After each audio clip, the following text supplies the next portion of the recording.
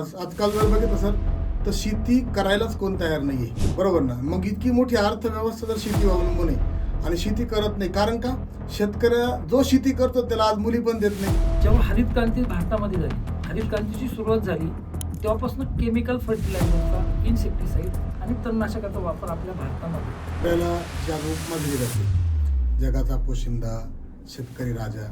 पण खऱ्या अर्थानं शेतकरी राजा आहे का? इतर लोकांचं नॉलेज विकत घेता येतं आणि तेच नोकरीच्या बाबतीत आहे. आपली चर्चा चालत असताना एक गोष्ट आठवली 1985 साली. आणि 1985 सालापासून शेती करण्याची पद्धत परंपरागत बघत आलो, लाकडी नांगरणी व्हायची.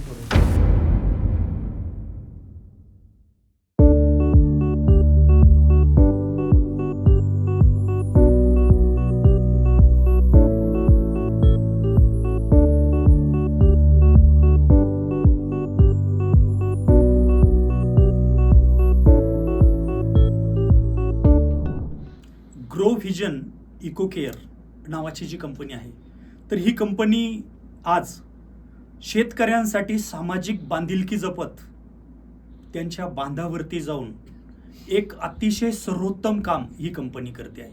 मित्रांनो, आपला भारत देश तसं जर पाहिलं तर हा कृषीप्रधान देश, आणि आपल्या या भारत देशामध्ये आज आपण पाहिलं आधुनिक तंत्रज्ञानाच्या मदतीनं खरं तर विषयुक्त शेती सर्वत्र आपल्याला दिसते. परंतु ही कंपनी शेतकऱ्यांसाठी वरदान अशी ठरते की ते करत असलेलं काम शेतकऱ्यांपर्यंत तर पोहोचतंच, परंतु मातीचा पोत सुधारणं, त्याचप्रमाणे विषमुक्त शेती कशा पद्धतीनं होईल यासाठी सुद्धा ते काम करत आहेत. आरोग्याच्या क्षेत्रात सुद्धा ही कंपनी अतिशय चांगल्या पद्धतीनं काम करते. आणि या कंपनीचं कार्यक्षेत्र केवळ महाराष्ट्रातील 26 जिल्हे एवढंच न राहता राजस्थान, गुजरात, मध्य प्रदेश या ठिकाणी सुद्धा या कंपनीचं काम चालतं. आणि न्यू व्हिजन स्टुडिओ संगमनेर आणि मानवता संवादच्या मदतीनं आज आपण या कंपनीचं संपूर्ण कामकाज, त्यांची सामाजिक बांधिलकी, युवकांसाठी स्वयंरोजगार नुसता उपलब्ध करायचा नाहीये, तर त्यांना उद्योजक बनवायचं स्वप्न या कंपनीचं आहे. आणि म्हणूनच आज दिलखुलास गप्पा या पॉडकास्टच्या निमित्तानं आज आपण मारणार आहोत. कंपनीचे CMD सन्माननीय चंद्रकांत सानप साहेब आज आपल्या भेटीच्या निमित्तानं आले. नमस्कार.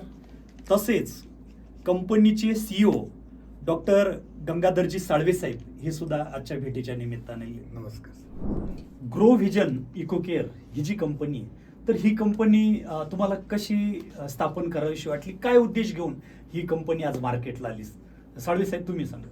निश्चित सर, हा प्रश्न खरा तर खूप माझ्या आयुष्यातील एकदम जवळकीचा प्रश्न आहे. आपण सर्वच शेतकरी आहोत आणि शेतकऱ्याला जी आज उपमा दिली जाते, जगाचा पोशिंदा, शेतकरी राजा. पण खऱ्या अर्थानं शेतकरी राजा आहे का? आणि आज जर बघितलं तर शेतकऱ्यांचे जे मुलं आहे खूप चांगलं शिक्षण घेऊन शहरामध्ये नोकरीसाठी रांगा लावत आहे. तर मी ज्यावेळेस ही परिस्थिती बघितली त्यानंतर जसं बघितलं तर शेतीमध्ये केमिकलचा वापर खूप मोठ्या प्रमाणामध्ये व्हायला लागला आहे. आणि केमिकलच्या वापरानं मानवी आरोग्यावर तर खूप मोठे परिणाम झाले. जसे आपण बघतो की मोठमोठे आजार झाले, कॅन्सरसारखे आजार मोठमोठ्या लेवलला ग्रोथ होत आहे आज. आणि ते आजार होत असताना ते आजार तर आपण बघतोय, परंतु त्याच्यासोबत फक्त माणसांवरती हा दुष्परिणाम नाही झाला. याचा दुष्परिणाम केमिकलचा जो आहे अतिवापर केल्यामुळे जमिनीवर पण झाला, बरोबर, मानवी आरोग्यावर झाला, प्राण्यांवर झाला. आज जर बघितलं तर पाणी अशुद्ध आहे, हवा अशुद्ध आहे. या सर्वच गोष्टी, याच्या मागचं मेन जे कारण आहे ते आहे केमिकलचा जास्त वापर. म्हणजे भारतामध्ये ज्यावेळेस केमिकल आयात केलं गेलं तिथून पुढं खऱ्या अर्थानं हा सगळा प्रसंग जो घडलेला आहे.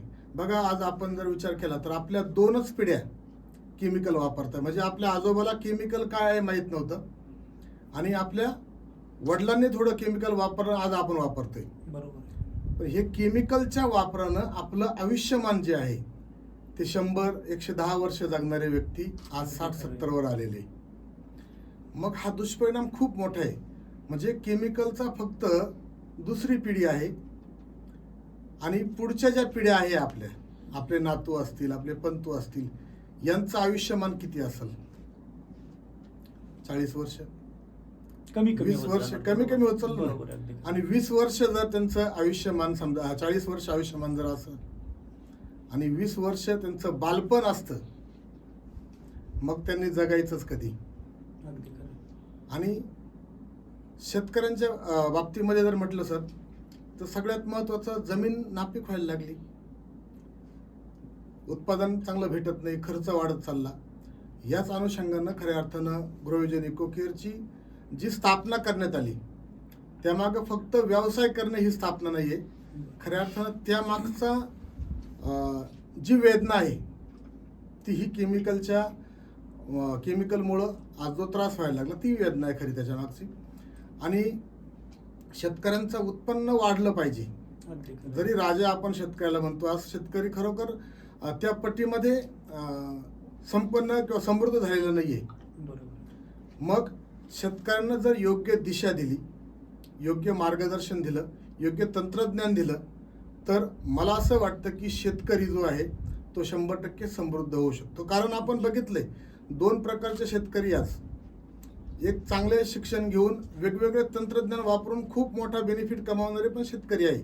बरोबर. आणि दुसऱ्या साईडला जर बघितलं तर ज्ञानाचा अभाव असल्यामुळं किंवा पारंपरिक शेती जे करतात त्यामुळं फारसं उत्पादन भेटत नाही आणि त्यामुळं भरपूर साऱ्या समस्या कुटुंबावर पण येतात. आणि त्यामुळं सर मी तर असे बघितलेले आहे की 50-50 एकरवाला शेती असणारा शेतकरी, त्याचा मुलगा कुठंतरी MIDC मध्ये 15-20 हजार 25 हजार पगारानं काम करतोय. खरं आहे. आणि मला वाटतं त्या मुलाला जर आपण हे सगळं शिकवलं, त्या मुलाला आपण कौशल्य शिकवले, व्यवसाय कसा करायचा ते शिकवलं, त्या मुलाला नेतृत्व गुण शिकवले आपण, तर त्याच्यातून त्याची चांगली प्रगती होईल. आणि जर त्याचा शेतकऱ्याचा जर मुलगा उद्योजक झाला, बरोबर आहे. तर त्या ठिकाणी त्याच्या पाठीमागं तो भरपूर साऱ्या लोकांना उद्योजक करू शकतो. आता सगळ्यात महत्त्वाची गोष्ट, केमिकलला बाहेर करायचं आहे, त्यासाठी ऑर्गॅनिक प्रोडक्टची निर्मिती केली. आता ऑर्गॅनिक प्रोडक्टची निर्मिती करत असताना सगळ्यात महत्त्वाचं की मार्केटिंग कसं करायचं. बरोबर. आज आपण प्रोडक्ट तर समजा बनवणार ऑर्गॅनिक, कारण सरांचं कृषी क्षेत्रामध्ये खूप मोठं काम आहे. गेले 35 वर्षापासून सर कृषी क्षेत्रामध्येच काम करत आहे अच्छा. आणि 2013 पासून टोटल ऑर्गॅनिकवर काम करत आहे. मग ऑर्गॅनिकवर काम करत असताना सरांच्या माध्यमातून ऑर्गॅनिक प्रोडक्ट तर आम्ही डेव्हलप केले, मार्केटिंग स्ट्रॅटेजी काय वापरायची, आपले जे प्रोडक्ट आहे यांचा प्रचार न होता प्रसार झाला पाहिजे. बरोबर. आदरणीय सानप साहेब, खरं आपण शेतकऱ्यांचीच मुलं आहोत आणि खरं 30-35 वर्ष तुम्ही या क्षेत्रात काम करता. आपण पाहतो की जशी सृष्टीची निर्मिती झाली, अगदी त्यावेळेसपासून शेती तीच आहे, माती तीच आहे, तिचा रंग सुद्धा तोच आहे. मग असं काय झालंय की जेणेकरून शेतीमध्ये उत्पन्न आज कमी निघतंय किंवा शेती विषयुक्त होऊ लागली, ते सुद्धा आपल्या सर्व शेतकऱ्यांना माहिती होणं गरजेचं आहे. तुम्ही एकदम चांगला प्रश्न विचारला सर. सर्वात महत्त्वाचं केमिकलचे दुष्परिणाम आणि सेंद्रिय शेतीची गरज ही आत्ता फार महत्त्वाची ठरलेली आहे. आणि एक महत्त्वाचा भाग म्हणजे असं आहे की भारत जेव्हा हरित क्रांती भारतामध्ये झाली, हरित क्रांतीची सुरुवात झाली तेव्हापासून केमिकल फर्टिलायझरचा, इन्सेक्टिसाइड आणि तणनाशकाचा वापर आपल्या भारतामध्येच नव्हे तर जगामध्ये वापर होत आहे. अच्छा. याचा अतिरिक्त वापर झाल्यामुळे जमिनी नापीक झाल्या. नापीक झाल्या म्हणजे नेमकी काय झालं, जमिनीमधला सूक्ष्म जीवाणूंचा काउंट हा कमी झाला. आणि सूक्ष्म जीवाणूंचा काउंट कमी झाल्यामुळे आज जे पूर्वीच्या काळी उत्पन्न निघायचं ते आज आपल्याला कमी निघायला लागलं. म्हणजे पूर्वी जर 125 टन ऊस निघत असेल तर आज 50-60 टन आलं. त्याच्यानंतर सोयाबीनचं जर ॲव्हरेज जर बघितलं 15-16 क्विंटल 1 एकराला निघायला पाहिजे, तर ते ॲव्हरेज आज आपल्याला 6 ते 7 क्विंटल आलं. तसंच बाकीच्या पिकाबाबतीत आहे, भाजीपाला असेल, टोमॅटो असेल, सर्वांचं उत्पन्न घटलं, मिरचीचं असेल सर्वांचं उत्पन्न घटलं, पपईचं घटलं, द्राक्षाचं घटलं, डाळिंबाचं घटलं. याचे कारण म्हणजे जमिनीमध्ये सूक्ष्म जीवाणू नाहीये. तो सूक्ष्म जीवाणू कमी झाला तो म्हणजे केमिकल फर्टिलायझरमुळे. त्याचबरोबर तणनाशक वापरतो. आता तणनाशक वापरणं ही शेतकऱ्यांची चूक नाहीच आहे मुळात, कारण आज निंदणी असेल, खुरपणी असेल तर शेतकऱ्यांना खूप खर्च येतो. म्हणून साहजिकच कुठलाही शेतकरी हा तणनाशक वापरतो आणि तणनाशक वापरल्यामुळे त्यांना तण मेलेलं दिसतं.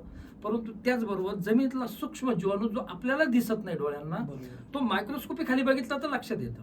तो इतक्या मोठ्या प्रमाणात आहेत की त्याची आपण तुलना सुद्धा करू शकत नाही. काही कोटीमध्ये काही मुठभर मातीमध्ये जीवाणू आहे आणि त्या जीवाणूंचं काम फर्टिलायझरचं विघटन करणं, म्हणजे जे खतं आहे त्यांचं विघटन करणं हे जीवाणूंचं काम आहे. तो जीवाणू संपुष्टात आला, त्यामुळे शेतकऱ्यांनी कितीही रासायनिक खतं टाकले किंवा कुठलेही खतं टाकले ते युटिलाइज न होता ते बरेचसे खतं लीच आउट होतात. त्यामुळे त्या शेतकऱ्यांचं आर्थिक नुकसान पण होतं आणि उत्पन्न पण घटलं जातं. त्याचबरोबर इतका वापर मोठ्या प्रमाणात झालाय की आज आपण जोही भाजीपाला खातो किंवा आपल्याला जे फळं येतात की धान्य येतात याच्यामध्ये त्या केमिकलचा रेशिड्यू हा मोठ्या प्रमाणात आज येत आहे. म्हणजे जे कीटकनाशक आज हायली त्याच्यामध्ये एक सर्वात महत्त्वाचं हायली कीटकनाशक जे आहे हायली हजार्डस्ट ज्याला केमिकल म्हणतो ते त्याच्यामध्ये वापरले आहे.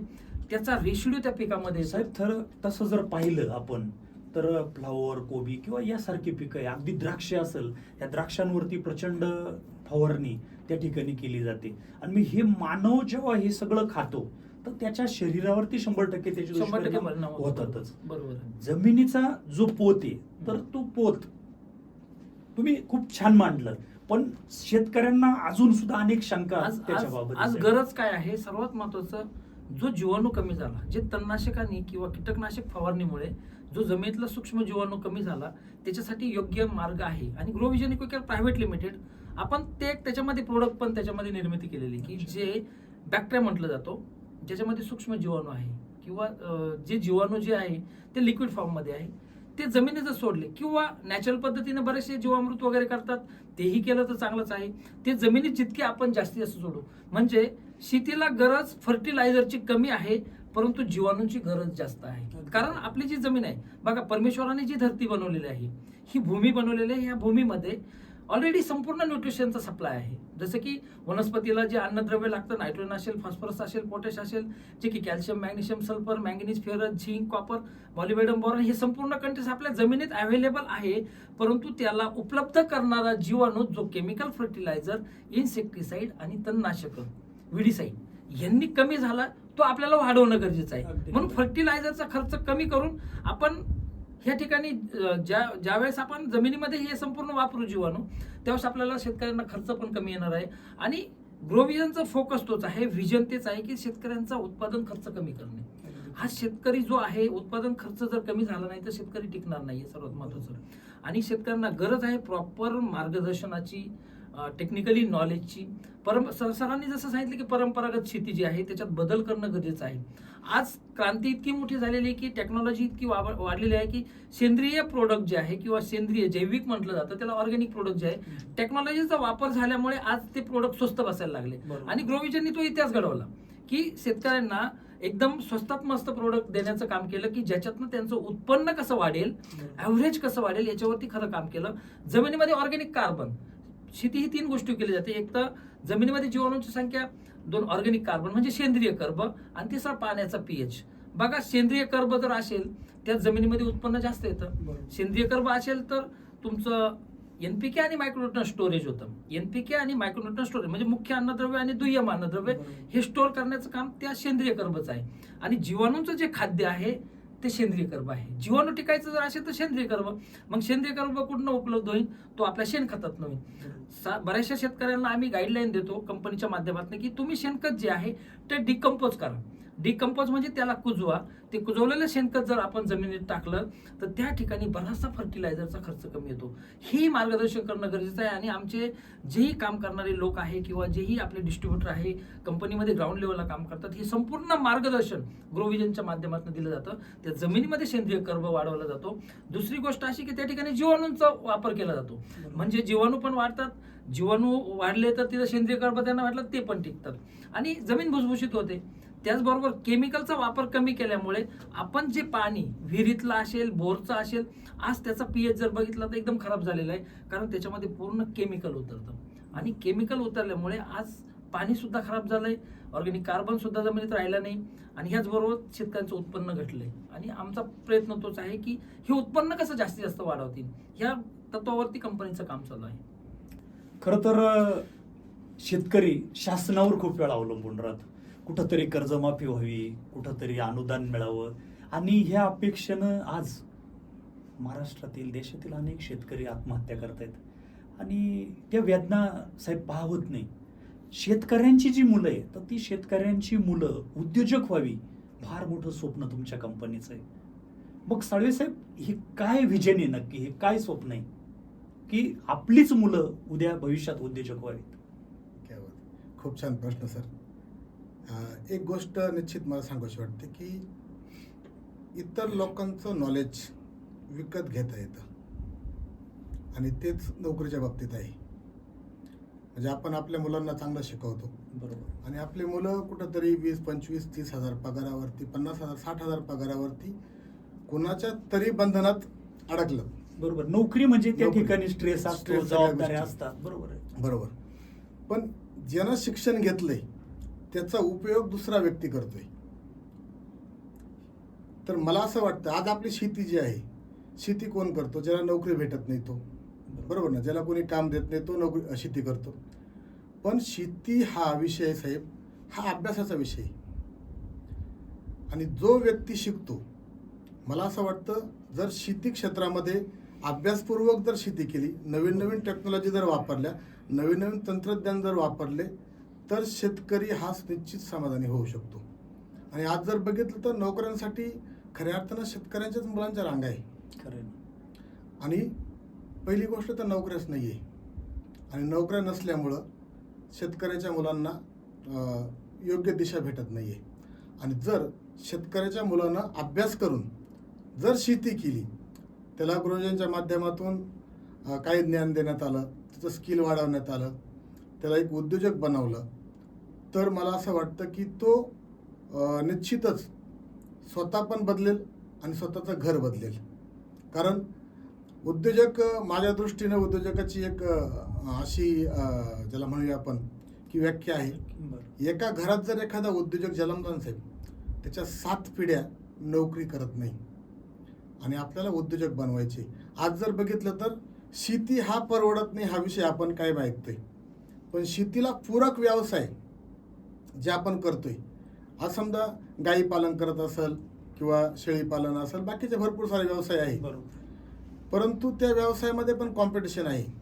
मग असा एक युनिक व्यवसाय की जो व्यवसाय शेती करत असताना आपल्याला गाईडलाईन करून अच्छा. आपली शेती करता करता आपल्याला व्यवसाय करता येईल.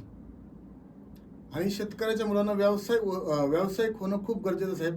कारण जर एक कुटुंब व्यावसायिक झालं, आता लक्षात घ्या, भारत हा कृषीप्रधान देश आहे बरोबर. आणि जर भारताची अर्थव्यवस्था कृषीवरती अवलंबून आहे आणि भारताला जर विकसित देश व्हायचा असेल किंवा विकसनशील देश व्हायचा असेल, तर मला वाटतं अगोदर तो शेतकऱ्याचा मुलगा हा उद्योजक झाला पाहिजे, त्याच्या घरात 4 पैसे आले पाहिजे. त्यानं काय होणार आहे की कुटुंब त्याचं चांगलं होणार आहे. आणि जर एक कुटुंब बदललं तर गाव बदलणार आहे आणि गाव बदलल तर देश बदलल. कारण शहर बदलून उपयोग नाही आहे. आज खऱ्या अर्थानं जे खेडेगावं आहे बरोबर. ते बदलावं लागणार आहे, लक्षात घ्या. आणि म्हणून मला असं वाटतं की शेतकऱ्याचा मुलगा हा उद्योजक झाला पाहिजे आणि त्याच्या पाठीमागचा प्रामाणिक आमचा प्रयत्न तोच आहे की आम्ही शेतकऱ्याच्या मुलांना वेगवेगळ्या पद्धतीचे तंत्रज्ञान शिकून, वेगवेगळ्या पद्धतीच्या स्ट्रॅटेजी शिकून त्यांना 100% उद्योजक बनवण्याचं काम करणार आहे. आणि माझा तर संकल्प असा आहे सर, कमीत कमी 10 लाख मुलांना मला उद्योजक बनवायचे. वा वा, फार मोठं स्वप्न आहे. बारीक विचार जर केला साहेब, 3 वर्षामध्ये तुम्ही महाराष्ट्रातल्या 25-26 जिल्ह्यांपर्यंत आपलं नेटवर्क वाढवलं. तिथली युवा शक्ती जी आहे तिला आज खऱ्या अर्थानं तुम्ही सक्षम युवक करत त्यांच्या पायावरती उभं केलं. आपण कामाला सुरुवात जरी या तालुक्यातून केली, पण महाराष्ट्र किंवा महाराष्ट्राच्या बाहेर तुम्ही पोहोचलात. काय वेगळी खासियत आहे कंपनीची की इतका प्रेम तुम्हाला महाराष्ट्राच्या बाहेर सुद्धा मिळतंय? बरोबर आहे सर. याच्या मागचं सगळ्यात महत्त्वाची गोष्ट, मेन आपला जो उद्देश आहे की शेती वाचवा, माती वाचवा, शेतकरी वाचवा, तोच उद्देश आपला. शेतकऱ्याच्या मुलांच्या घरात पैसे जाऊन द्या, हाच आपला मेन उद्देश आहे. पण खरं जर पाहिलं तर समजा आपण प्रोडक्ट बनवले आणि इतर लोकांसारखे जर आपण प्रोडक्टचा प्रचार केला, प्रसार नाही केला. प्रचार आणि प्रसार याच्यात फरक मी तुम्हाला सांगितले. प्रचार फक्त आपलं प्रोडक्ट जाऊन दाखवणं, त्याच्याकडनं ते विक्री करणं, बरोबर ना. पण प्रसार का करायचंय, हे प्रोडक्ट तुम्हाला जैविक प्रोडक्ट का वापरायची, याचं ज्यावेळेस सखोल ज्ञान त्या शेतकऱ्याला दिल्यानंतर त्या शेतकऱ्याला समजतं की माझी जी जमीन आहे आज नापीक होणार आहे, ती जमीन माझी वाचणार आहे आणि त्याच्यापासून मला फायदा होणार आहे. आज आपण जर बघितलं तर जमिनीच्या बाबतीत म्हणूया सर आपण की आपण म्हणतो की आम्हाला जमीन जी आहे ती वारसाकडून भेटली, बरोबर. पण माझ्या दृष्टीने ते उत्तर चुकीचं आहे. जमीन आपल्याला वारसांकडून नाही भेटली, पूर्वजांकडून जो वारस आहे आपला समजा पूर्वजांकडून भेटली आपण म्हणतो, पण माझ्या दृष्टीनं जमीन ही आपण आपल्या पुढच्या पिढीकडून उधार घेतलेली आहे, जी आपल्याला वाचून त्यांच्याकडे परत द्यायची आहे. बरोबर. ती आहे त्याच जागेवर राहणार. जी आहे त्या जागेवर राहणार. म्हणून खऱ्या अर्थानं जर पाहिलं तर आपल्याला वेगवेगळ्या पद्धतीनं शेतकऱ्यांच्या मुलांना गाईडलाईन करून त्यांना सोबत घेऊन त्यांना शेतीविषयक आवड. आता बघा आजकाल जर बघितलं सर तर शेती करायलाच कोण तयार नाही आहे, खरं ना. बरोबर ना. मग इतकी मोठी अर्थव्यवस्था जर शेती अवलंबून आहे आणि शेती करत नाही, कारण का शेतकऱ्या जो शेती करतो त्याला आज मुली पण देत नाही. आणि ती समस्या इतकी भयानक आहे. आज मुली सुद्धा चांगल्या पद्धतीनं शिक्षण घेतात हे होतं, आणि मुलींना फक्त कळालं साहेब की शेतकरी कुटुंब आहे, तर खरोखर त्या मुलींना कितीही बागायतदार असेल, सुसंस्कारित असेल, पैशावाले असतील, पण तो मुलगा शासकीय किंवा निमशासकीय सेवेत नाही, म्हणून त्या ठिकाणी मुली आज खरोखर मिळत नाही. ही समस्या सुद्धा असताना आपली कंपनी ताकदीनं जी उभी राहिली तो कौतुकाचा विषय आहे. सनप साहेब, खरं तर 65-70% लोक आज शेती व्यवसायावर अवलंबून आहे, आणि पारंपरिक पद्धतीनं आपण पाहत आलोय शेती लोक करतायत. खरं तर या पारंपरिकतेच्या पलीकडे जाऊन आपल्याला खरा आधार आपल्या या कृषी मित्रांना, या बळीराजाला जर द्यायचा असेल, युवा शक्तीला द्यायचा असेल, तर आपल्या कंपनीचं काय विजन आहे?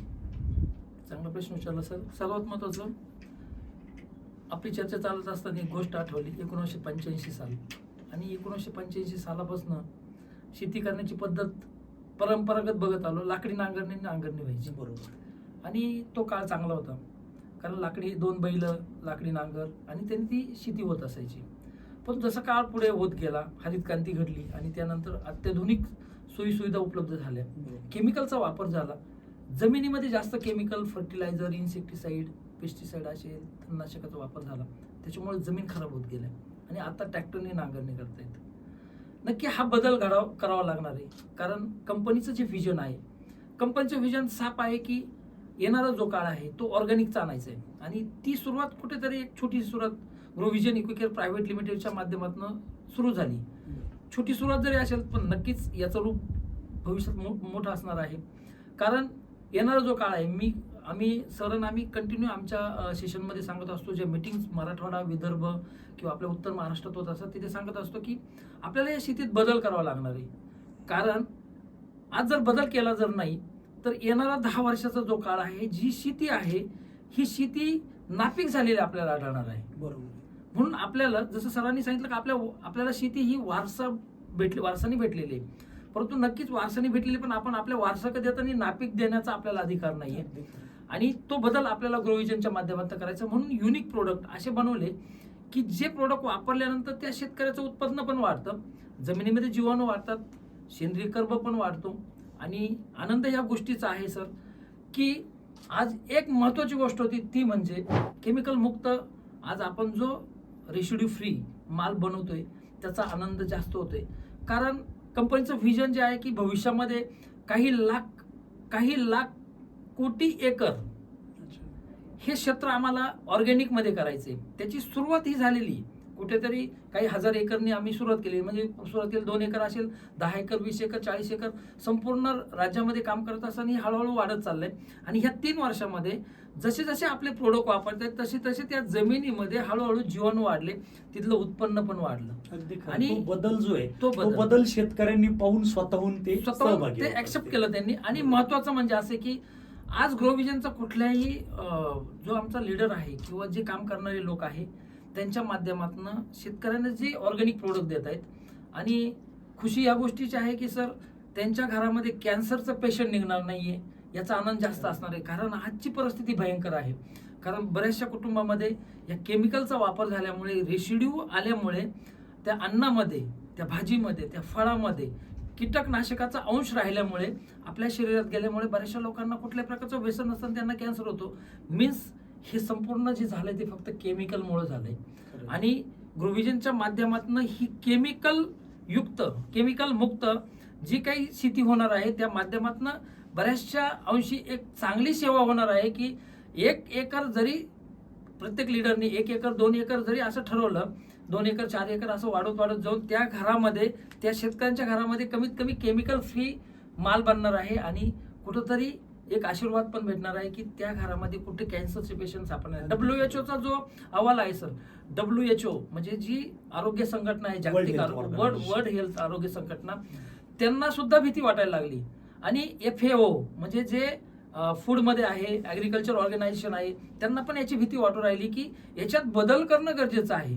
म्हणून सेंद्रिय शेती करण्यासाठीचा जास्तीत जास्त प्रयत्न जागतिक लेवलला आज प्रत्येकाने घेतलेला आहे. बऱ्याचशा कंपन्या जगामध्ये म्हणजे ज्याही मल्टीनॅशनल कंपन्या आहे चांगल्या आहे, त्यांचे प्रोडक्ट चांगले आहे, परंतु आज आपण जो माल बनवतोय तो रेसिड्यू फ्री बनवणं गरजेचं आहे. कारण एक्सपोर्टला सुद्धा ह्या गोष्टीचा त्रास होतो. एक्सपोर्टला माल जात नाही. परदेशामध्ये जर समजा पाठवायचं असेल तर या सगळ्या चाचण्या त्या ठिकाणी शोकांतिका हीच होतातच. आहे सर, आपण रेसिड्यू फ्री बाहेर पाठवतो पण आपण केमिकलचा माल खातो. त्याच्यात बदल करणं खूप गरजेचं आहे. म्हणून प्रत्येक शेतकऱ्यांना केमिकल फ्री होणं गरजेचं आहे. त्यासाठी ऑर्गॅनिक प्रोडक्ट सेंद्रिय शेतीकडे वळणं गरजेचं आहे आणि नक्कीच सुरुवात कुठेतरी झालेली आहे सर. आदरणीय सानप साहेब, खरं आपण पाहिलं तर खूप कंपन्या आज कार्यरत आहे, त्यांचे प्रॉडक्ट्स मोठ्या प्रमाणात विक्री व्हावी हा त्यांचा उद्देश आहे. आपली जी कंपनी आहे त्या कंपनीची काय अशी खासियत आहे की जेणेकरून महाराष्ट्र असेल किंवा देश पातळीपर्यंत आपल्याला 100% जायचं आहे आणि 3 वर्षामध्येच जर एवढं मोठं काम उभं राहिलं तर मला सुद्धा खात्री आहे की आपली कंपनी अजून एक 5 वर्षामध्ये संपूर्ण देशापर्यंत पोहोचलेली राहील. तर काय खासियत आहे सर? योग्य प्रश्न विचारला. मार्केटमध्ये बऱ्याचशा कंपन्या आहे, चांगल्या कंपन्या आहे, ज्युनियर काम करतात आणि बऱ्याचशा कंपन्यांनी ज्या मल्टीनॅशनल कंपन्या पण आहेत त्यांनी पण आता ऑर्गॅनिककडे त्याचा एक वापर चालू केला, म्हणजे ऑर्गॅनिक प्रोडक्ट लॉन्च करण्याचं काम चालू केलं. आणि भारत गव्हर्नमेंटच्या ज्या गाईडलाईन आहे सेंट्रल गव्हर्नमेंटच्या बायोस्टिम्युलंटमध्ये की त्याचे काही रूल्स रेग्युलेशन, काही नियमावली आहे, काही लायसन्स आहे. सर्वात महत्त्वाचं प्रोव्हिजन इकोकेअर प्रायव्हेट लिमिटेड FAOच्या अंतर्गत काम करते, म्हणजे फर्टिलायझर कंट्रोलमध्ये काम करते. ते असल्यामुळे म्हणजे त्या नियमावलीमध्ये काम करत असल्यामुळे युनिक प्रोडक्ट ज्याचं फॉर्म्युलेशन हे कंपनीचं स्वतःच आहे आणि फॉर्म्युलेशन युनिक का बनवलं की त्या शेतकऱ्यांना त्या वनस्पतीला जे काही इन्ग्रेडियंट्स वापरायचे किंवा जे प्रोडक्ट वापरायचे त्या ठिकाणी तो फर्टिलायझरचा खर्च कमी झाला पाहिजे, त्याच्यासाठी ती स्ट्रॅटेजी वापरली. दुसरी गोष्ट, स्प्रेमध्ये म्हणजे फवारणीमध्ये जेही प्रोडक्ट कंपनीने लॉन्च केले त्याच्यामध्ये त्या डिफिशियन्सी म्हणजे त्या पिकाची डिफिशियन्सी कमतरता भरून निघण्यासाठीचे जे काही मॉलिक्युल्स आहे बायोस्टिम्युलंटमध्ये ऑर्गॅनिकमध्ये ते त्याच्यात वापरल्यामुळे त्या शेतकऱ्यांना फर्टिलायझरचा खर्च कमी येतो. आणि कीटकनाशकाच्या बाबतीत कीटकनाशकं जे ऑर्गॅनिक कीटकनाशक आहे ते कंपनीने बनवले. ते बनवण्याचं एक रिझन असं आहे की जे पीक आपण घेणार आहोत ज्याच्यामध्ये फळ येणार किंवा धान्य जे काही भाजीपाला आपण ते रेसिड्यू फ्री येणार आहे. आणि नक्कीच आनंद या गोष्टीचा आहे की ग्रोव्हिजन इकोकेअर प्रायव्हेट लिमिटेडने एक पाऊल असं उचललं की शेतकऱ्यांना कमीत कमी रेटचे प्रोडक्ट कसे देता येईल. कारण आज शेतकरी त्रस्त झालेला आहे. सर्वात महत्त्वाचं, शेतकऱ्यांचा खर्च जर बघितला, कधी कधी लाख रुपये खर्च झाला तर लाख रुपये उत्पन्न होतं आणि शेतकरी हवालदिल झालेला आहे. मार्केटचा भाव हा त्यांच्या हातात नाही, त्यांच्या हातात एकच गोष्ट आहे ती म्हणजे उत्पादन खर्च कसा कमी करता येईल. मग उत्पादन खर्च कमी करायचा असेल तर मार्केटमधल्या बेस्ट ऑफ द बेस्ट कंपनीचे प्रोडक्ट वापरणं त्यांना गरजेचं आहे की ज्याच्यामध्ये इन्ग्रेडियंट्स चांगल्या पद्धतीने वापरले आहे त्याचा अभ्यास करणं त्या शेतकऱ्यांना पण गरजेचं आहे. आणि आज परिस्थिती सर चेंज झालेली आहे, कारण मार्केटमध्ये आज ते शेतकऱ्यांची मुलं खूप टेक्नॉलॉजीचा वापर करतात. AI असेल किंवा शेतकऱ्यांची मुलं सर पाहिलं ना आपण, विविध स्पर्धा परीक्षा असतील किंवा यात सुद्धा आज ती मुलं यशस्वी होतात. म्हणजे शेतकऱ्यांच्या मुलांकडे गुणवत्ता कमी असं आपण म्हणू शकत नाही. काही अगदी MSc झालेले सुद्धा सर्वोत्तम अतिशय चांगल्या पद्धतीचं शेती आज ते करतायत. नाही, नक्कीच चांगली माहिती. अजून एक गोष्ट सांगावी अशी वाटते की सर महत्वाचा पार्ट असा आहे की मगाशी बोलता बोलता एक शेतकऱ्यांच्या मुलांना भविष्यामध्ये नोकऱ्या वगैरे ह्या, परंतु सर एक काळ असा येणार आहे, भविष्यामध्ये एक काळ असा येणार आहे, नक्कीच काही वर्ष लागतील त्याला, परंतु शेतकऱ्यांची मुलं जे आहे ना ते शेतकऱ्यांच्या मुलांना खरोखर एक चांगलं स्थान निर्माण होणार आहे. कारण शेती हा विषय महत्वाचा होणार आहे. 1 एकरवाला शेतकरी सुद्धा सधन असणार आहे, कारण ती टेक्नॉलॉजी तो वापरणार आहे आणि भविष्य खूप चांगलं आहे. शेतकऱ्यांचं मुलांचं भविष्य खूप चांगलं आहे, कारण लोकसंख्या वाढते आहे, जमीन कमी पडत आहे आणि जमीन कमी पडत असल्यामुळे एक काळ असा येणार आहे की लीजवरती म्हणजे 4 गुंठे 5 गुंठे 7 गुंठे लीजवरती म्हणजे भाडे तत्वावर शेती म्हणजे ती जमीन पीक घेण्यासाठी द्यावा लागणार आहे आणि ते चांगले दिवस सुगीचे दिवस ज्याला म्हणून ते नक्की शेतकऱ्यांच्या बाबतीत येणार आहे. तो काळ विसरून चालणार नाही, कारण भारत हा कृषी प्रधान देश आहे आणि नक्कीच या कृषी क्षेत्रामध्ये नवनवीन तंत्रज्ञानाचा आपल्या शेतकऱ्यांचे मुलं वापर करून एकदम चांगल्या टेक्नॉलॉजीचा वापर करून चांगलं उत्पन्न आज घेत आहेत. ह्या गोष्टीचा आनंद आहे आणि ग्रो विजनचा तोच प्रयत्न आहे की शेतकऱ्यांच्या मुलांना एज्युकेट करणं, शेतकऱ्यांना एज्युकेट करणं, जे करणं की त्यांना मार्केटमधले प्रोडक्ट वापरले पण कोणते वापरायचे, काय वापरायचे, न्यूट्रिशनचा सप्लाय किती द्यायचा, नायट्रोजन किती वापरायचं, फॉस्फरस किती वापरायचं, याला एक लिमिटेशन ठेवलेलं आहे आणि ते वापरत असताना त्यांचं उत्पन्न कसं वाढेल ह्या गोष्टीवरती कंपनीचा फोकस आहे. साळवे साहेब, खरं तर आपण पाहिलं ते कृषी क्षेत्रात आपली कंपनी काम करतेच, अजून कोणत्या कोणत्या क्षेत्रात कंपनी कार्यरत आहे त्याची सुद्धा माहिती तुम्ही द्या आणि कंपनीचे काय उद्देश आहे याविषयी सुद्धा माहिती द्या. निश्चितच सर, जसं ॲग्रिकल्चर क्षेत्रामध्ये म्हणजे कृषी क्षेत्रामध्ये आपली कंपनी खूप चांगल्या लेवलला काम करते, पण याच्या मागचा जो उद्देश आहे सगळ्यात महत्त्वाचा राष्ट्रहित आहे. बरोबर आहे. म्हणजे आज मी तुम्हाला सांगितलं की आपल्या सगळ्यांना माहिती आहे केमिकलचा जो वापर झाला त्या वापरामुळं काय झालं की शेती नापीक व्हायला लागली, शेतकरी आर्थिक संकटात सापडला. खरं. म्हणजे आज पाहिलं तर तो तितका पैसा त्या शेतीमध्ये लावतोय परंतु इनपुट त्याला तेवढा भेटत नाहीये. दुसरी गोष्ट, केमिकलचा जो वापर झाल्यामुळं माणसांवरती तो परिणाम झाला, म्हणजे आज आपण आरोग्यावरती परिणाम झाला. बरोबर. आपण जे खातोय आज सगळं केमिकल युक्तच खातोय, बरोबर ना, आयुष्यमान कमी झालं. म्हणून आपण काय केलं की या केमिकलचा जो वापर आहे त्या ठिकाणी आपण उपाय शोधण्याचा प्रयत्न केला की एक विषमुक्त शेती आणि विषमुक्त आरोग्य या ठिकाणी आपण ते मिशन घेतलेलं आहे. त्या माध्यमातून आपण आरोग्य क्षेत्रामध्ये काम करतो की ज्याच्या माध्यमातून आरोग्य जे आहे आपलं हे निरोगी कसं राहील. कारण आज पैसा कमवणं किंवा पैसा असणं खूप मोठी गोष्ट नाही आहे, आरोग्य जर नसेल तसं काहीच नाही आपल्याकडं. म्हणून पैशापेक्षा आरोग्याला जास्त महत्त्व दिलं पाहिजे, म्हणून आरोग्य क्षेत्रामध्ये आपली कंपनी काम करते. तसंच केमिकलचा वापर हा शेतीमध्ये झाल्यामुळं जनावरांवरती पण खूप मोठ्या लेवलचा त्याचा दुष्परिणाम दिसायला लागला. म्हणजे जी आज शेतीला पूरक व्यवसाय आपण गाई व्यवसाय करतो किंवा इतर व्यवसाय शेळी पालन किंवा मेंढी पालन करत असेल तर त्याच्यावरती पण हा इफेक्ट दिसायला लागला. म्हणून आपण ते पण सेक्टर त्या ठिकाणी तयार केलं की कॅटल फील्ड, जनावरांच्या बाबतीत ज्या काही समस्या असतील त्याच्यावरती आपलं काम चालतं. म्हणजे ज्या ज्या ठिकाणी केमिकलचा आघात होतो त्या ठिकाणी आपण तत्पर त्या ठिकाणी काम करतो, जेणेकरून कुठलाही आपल्याला जो आहे आघात झाला नाही पाहिजे. कारण केमिकल जे आहे हे आपल्याला खऱ्या अर्थानं आपल्यापासून लांब लावायचं आहे किंवा केमिकलचा वापर कमी करायचा आहे आणि एक राष्ट्र मजबूत बनवायचं आहे. आज जर सर लक्षात घ्या, आज जर आता सगळ्या गोष्टी शेतकऱ्यांपाशी येते, लक्षात घ्या. आणि शेतकरी जर वाचला, मला असं वाटतं शेतकरी जर वाचला तर निश्चितच गाव वाचल आणि गाव वाचल तर देश वाचल, बरोबर ना. आणि आपलं मेन उद्दिष्टच ते आहे. भारत इतका मोठा कृषीप्रधान देश आहे, ह्या भारतामध्ये आपलं काहीतरी राष्ट्रप्रेम पाहिजे आणि प्रत्येकामध्ये राष्ट्रभक्ती आहेच ना, बरोबर ना.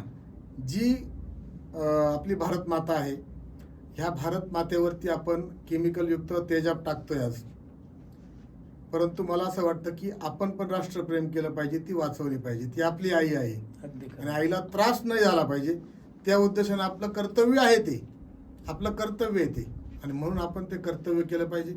त्या अनुषंगानं वेगवेगळ्या पद्धतीनं मार्केटमध्ये सुद्धा आम्ही खूप चांगल्या लेवलचं काम करतोय. आज बघितलं तर लाखो शेतकरी आमचे जे आहे ते आज समृद्ध आहे आणि सामाजिक भावनेतून. आता खरं साहेब, तुम्ही हे जे काम हाती घेतलं त्या कुटुंबात आनंद निर्माण झाला, त्या कुटुंबात 2 पैसे आले, ती जी मुलं आहेत त्यात उद्योजक होत आहेत, म्हणजे एक सामाजिक बांधिलकी जपत आज त्या परिवारांना तुम्ही उभं करतात, लाखो युवकांना आज रोजगार तुम्ही देतात.